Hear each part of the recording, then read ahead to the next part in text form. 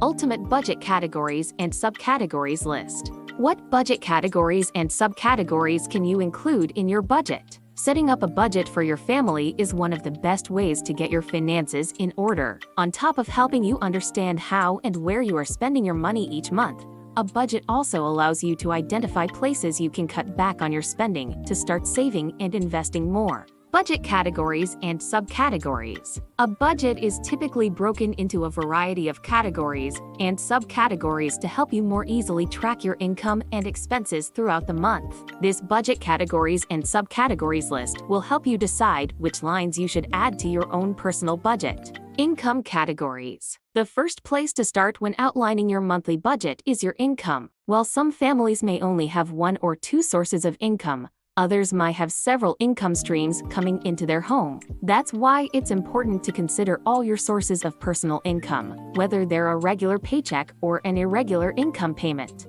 Paycheck. You and your partner's paycheck should be included in this subcategory. Include the total amount of pay you both receive for the month, regardless of whether you are paid weekly, bi-weekly, or monthly. Predictable bonuses. If you or your partner receive an annual bonus that is the same each year, this amount can also be included in your budget. You can include this line item as a monthly source of income by taking the total amount of the bonus and dividing it by 12. Investment income. Families who earn regular income on their investments should also include that money in their budget. Typically, investment income falls into 3 categories: rental property income, dividend payments, or earned interest. Include these numbers in your monthly income category under the subcategory of investments. Miscellaneous income. Any other income your family earns each month can be categorized as miscellaneous income. This income could come from freelancing, side hustles, returned purchases, reimbursements,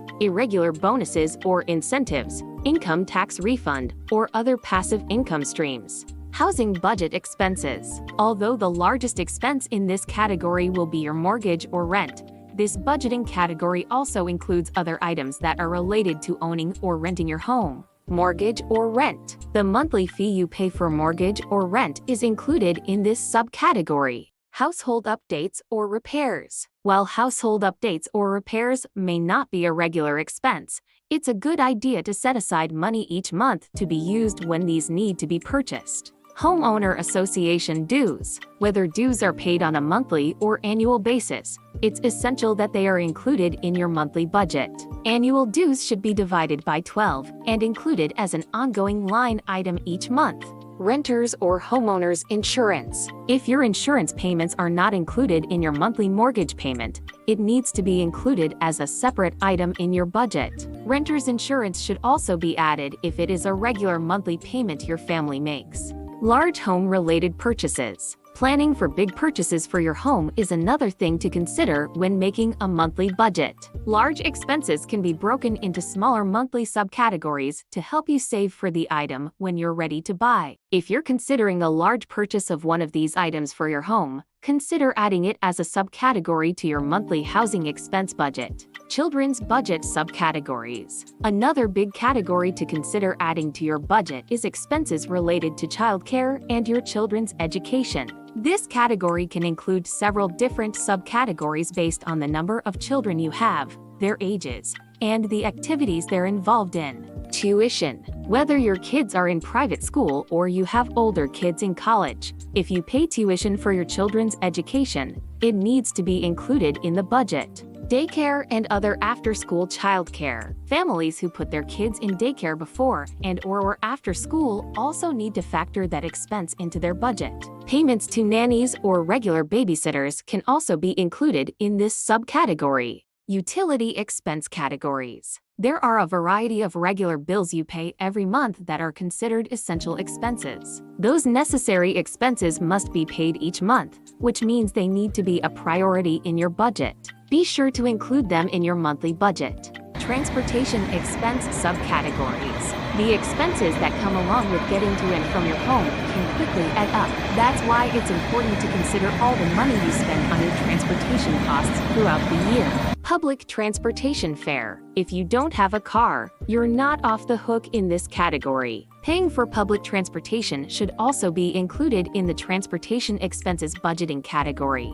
Gas. The cost of filling each of your car's tanks with gas is another essential item to consider in your monthly budget. Car maintenance and repairs. Although the maintenance on your car probably won't be a monthly expense, you can predict when you'll need to handle common tasks, like oil changes and tire rotations. Setting money aside for those expenses will ensure you have the money on hand when the work needs to be done. It's also a good idea to keep car repairs in mind as a potential category during the year. Car inspections. Depending on where you live, this might be a predictable expense every year or every few years. Roadside assistance. Particularly if you have an older car and you've invested in an annual roadside assistance membership, you'll want to note this budget category here. Registration and licensing fees. Another regular expense that comes along with vehicle ownership are the fees you pay for your driver's license and car registration. While these fees are typically annual payments, setting aside money each month will help you have the money ready when the due date arrives.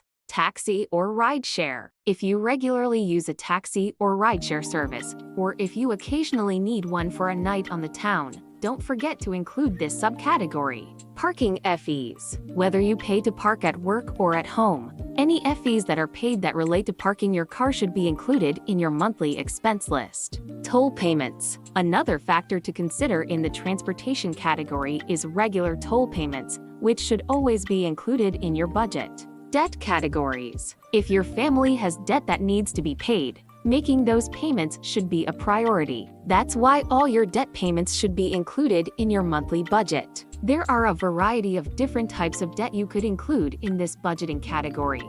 Insurance subcategories. We all need different types of insurance to be sure we are covered if something unfortunate happens. When creating your monthly budget, each of your family's insurance payments needs to be included as an expense. Healthcare expense categories. Similar to the insurance category, this expense category will vary depending on your family's needs. When thinking about the different healthcare expenses your family has, it's a good idea to look beyond typical expenses like regular doctor's visits and consider irregular expenses that may not happen every month. Food budget categories. Feeding your family can be a big expense, and it may be one of the categories that varies the most from month to month. Food expenses typically fall into two subcategories. Groceries. All food that you purchase from the grocery store or superstore that you bring home to cook for your family can be included in this category. You can also divide this category into more subcategories,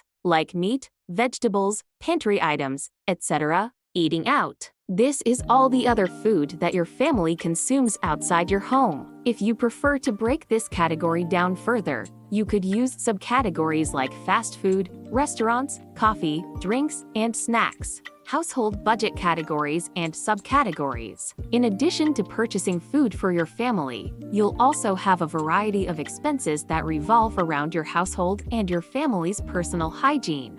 Expenses for pets. Pets can seem like members of the family, and that means all the expenses involved in caring for your family pet need to be included in your monthly budget. Think about big and small purchases you make for your pet when outlining this category. Gift budget categories. Purchasing gifts probably isn't a regular occurrence, but that doesn't mean these purchases don't need to be accounted for. Planning ahead for gift purchases will ensure you don't go over budget during the months the gifts need to be bought. Entertainment budget categories. Budgeting doesn't have to be all boring. As you plan your budget, you can also think about the fun things you want to spend your money on. Line items in the entertainment category can include all the fun ways you spend your money each month. Savings categories. Another important category to think about when planning your budget is how much money you'll put into your savings each month. And while having a standard savings account is a good idea, there are several other areas of savings to consider.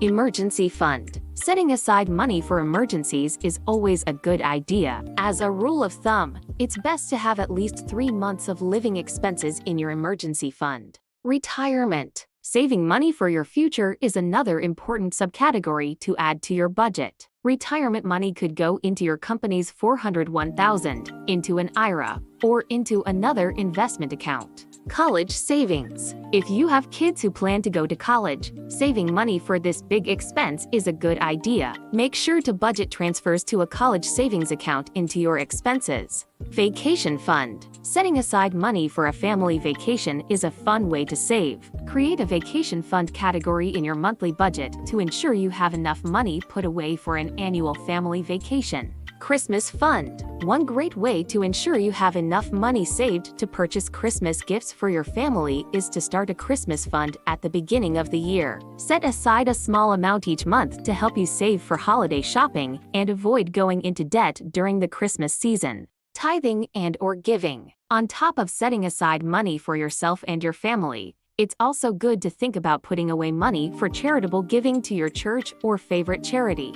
Miscellaneous categories and expenses. Sometimes there will be expenses that just don't fall into any of the other budgeting categories. If you see a line item in your bank statement that doesn't fit within any of the categories listed above, it's fine to put that expense into the miscellaneous category. Tips for categorizing your expenses and income. While you may not need every single budgeting category and subcategory on the list, finding the right categories for your personal budget is the best way to ensure you have all your bases covered each month. 1. Reference the previous month. When you're in the beginning stages of budgeting, referencing your spending from the previous month is a good way to start. Make a list of all your expenses from last month and start putting each of these expenses into a budget category. 2. Keep your calendar handy. We all have random expenses we need to consider throughout the year that don't come up on a regular basis. Referencing your calendar will help you think about those incremental expenses that add up over the course of a year.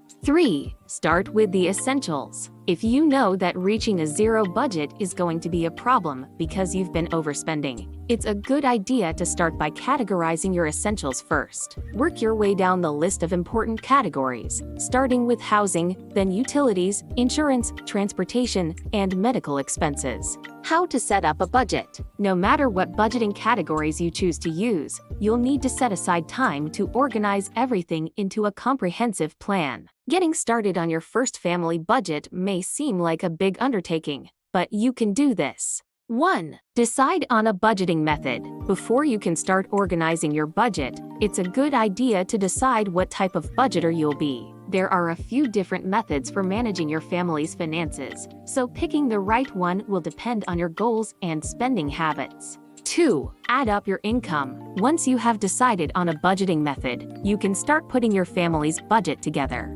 First, you'll need to figure out your income. Add up all your different streams of income to determine how much money you have coming into your household each month. 3. Track your expenses. Take a look at past bank statements to get an idea of where you are spending your money each month. Enter each expense into a spreadsheet or track your spending with the help of an app. Start by simply making a list of each past expense to ensure all your spending is covered in your budget. 4. Categorize your expenses. After you have a good idea of where you've been spending and how much you spend on a regular basis, you can start organizing those expenses into categories. There are several different budgeting categories and subcategories to consider. 5. Divvy up your budget. Now that you know how much money you have coming in and going out each month, it's time to start budgeting. Use your budget categories to determine how much money to allocate to each section of your budget, making sure not to go over your total income for the month.